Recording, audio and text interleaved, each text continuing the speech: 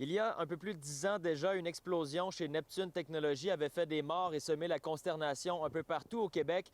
Et depuis, le service incendie s'est donné comme mission d'améliorer ses méthodes de communication. Le directeur Stéphane Simoneau en a fait son cheval de bataille. C'est vraiment l'élément où ce qu'on peut pointer dans la ligne de temps. C'est ça qui a été le déclencheur pour se rendre compte, nous tous, aux incendies, qu'on avait un élément, un enjeu majeur. L'une des améliorations importantes, l'installation d'une caméra sur le poste de commandement mobile qui retransmet lors d'événements majeurs en direct des images d'une grande qualité au poste de commandement fixe. Ça aide beaucoup la prise de décision. On a juste à penser les inondations qu'on a eues les dernières années où le centre-ville a été inondé. Donc, quel bel outil. On a eu aussi des glissements de terrain lorsque la glace a emporté le pont à Bromptonville.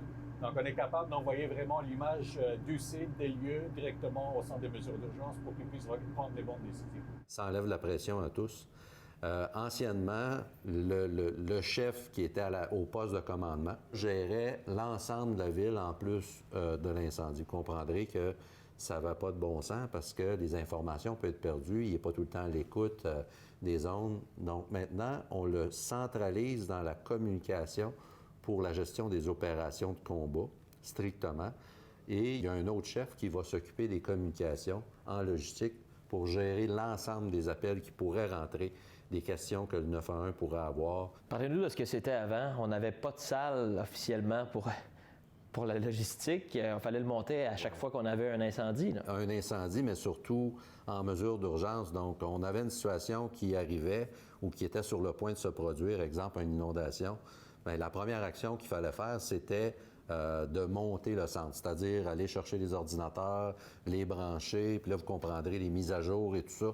C'était un peu archaïque et on fonctionnait beaucoup sur le papier. Maintenant, tout est, dans le fond, en informatique, c'est clair. De meilleurs systèmes de communication, des caméras installées un peu partout en ville, mais c'est pas tout.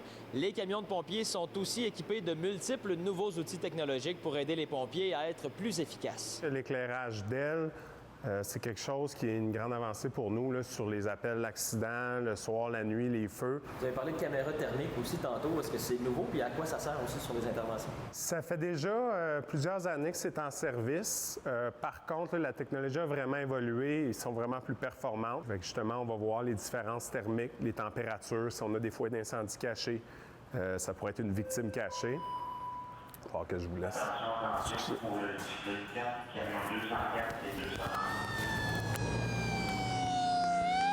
Moi, je ne me comparerai pas ailleurs dans d'autres villes. Je vais me comparer à v'là 10 ans exactement. C'est clair que tout ce qu'on a monté aujourd'hui, ça a un effet sur notre efficience et par le fait même sur le niveau de sécurité pour les Sherbrookois.